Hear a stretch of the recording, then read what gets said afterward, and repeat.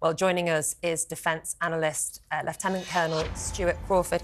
Stuart, what's the objective here? Is it to retrieve hostages, or is it the complete extermination of the Hamas terrorist group? Good morning. I think the objective is quite clearly to exterminate, if I can use that word, Hamas, the terrorist group, and in so doing, rescue the hostages. Whether those two ambitions are compatible remains to be seen. It's a very tricky and sensitive operation to do them hand in hand.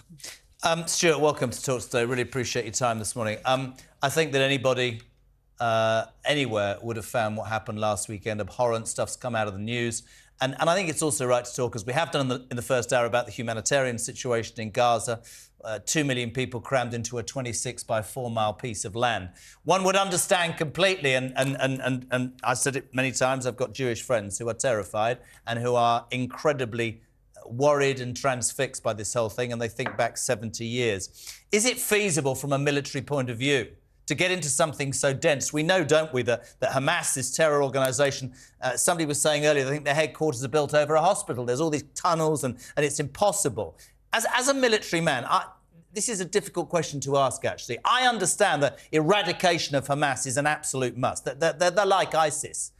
How does that run hand in hand with the casualties there will be? Do you understand the need for this? How would you explain that to people who go, oh, we can't do that for obvious humanitarian reasons, but allowing Hamas to continue with the atrocities that we saw, it's not going to get any better, is it? No, I don't think it's going to get any better, Jeremy, unless Hamas are removed from the scene altogether. It's a well-known logical fallacy to say that just because it's happened once, it's going to happen again. But common sense dictates that if Hamas gets away with the attacks, the terrorist attacks last weekend, then they will be encouraged to at least consider doing something similar in the future. The problem, which you have outlined extremely well, is it's terribly difficult to differentiate between Hamas fighters and the civilian or innocent civilians in an urban condition. The statistic that sticks with me is that there are more tunnels in Gaza than there are in the London Underground, which gives some sort of idea of the enormity of the task. However, the Israeli Defense Forces, the IDF, have been preparing to do this sort of operation for many, many years. And so they're not exactly innocents going into a trap. They'll know what they're doing. They'll know how to go about it. But I don't think it can be done without enormous casualties. And I'm afraid that a lot of those casualties are going to be civilians. Stuart, you're a defence analyst. Obviously, over the past week, we've had world leaders condemning Hamas rightly, but also saying that Israel has a right to defend herself or defend itself. What is the actual definition here of defence? Because to me, this seems like a very offensive attack.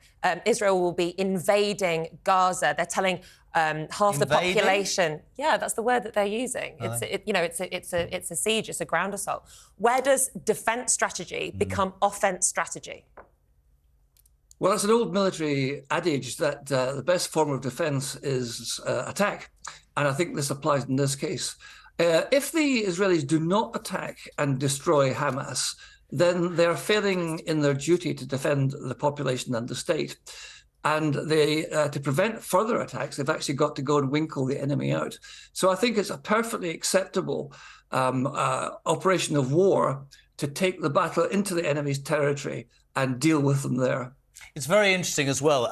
We had a person earlier who was talking from a Palestinian point of view, Stuart, and I do understand the humanitarian situation, but I absolutely stand by what you just said as well, which is what happened 7 days ago. These terrorists, I mean, they are terrorists. This is not going to go away. And let's also be realistic. They are not benefiting the genuine Palestinian people. They are using those people as pawns and human shields, which is why they've dug all those tunnels. And they must have known when they paraglided into a music festival and basically murdered and mutilated and butchered 260 innocent people. They must have understood what was coming. And thus, not that you could say it to them, but the question is, well, they can't really give too much of a damn about the Palestinian people if they're prepared to allow this to happen. That's how I would see it, but I've been criticised for saying that. I know people will go, oh, Israel are going to go into Gaza. You can't allow what happened to Jewish people 7 days ago to go by and not be... You can't not respond to that, can you? No, I mean, I agree absolutely with you, Jeremy, actually, that the Israeli government and defence forces cannot not respond. They have a duty to the state and to the population to defend them.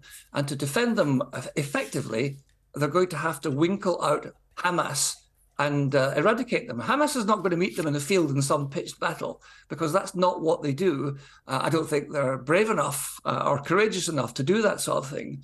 And I think to a certain extent also Hamas has been hoisted by its own petard, because I don't think that they thought their assault into Israel was going to be anything like as successful as it turned out to be. Interesting. Lieutenant Colonel Stuart Crawford, always a pleasure to have you on the show. Continuing Monday here on Talk Today.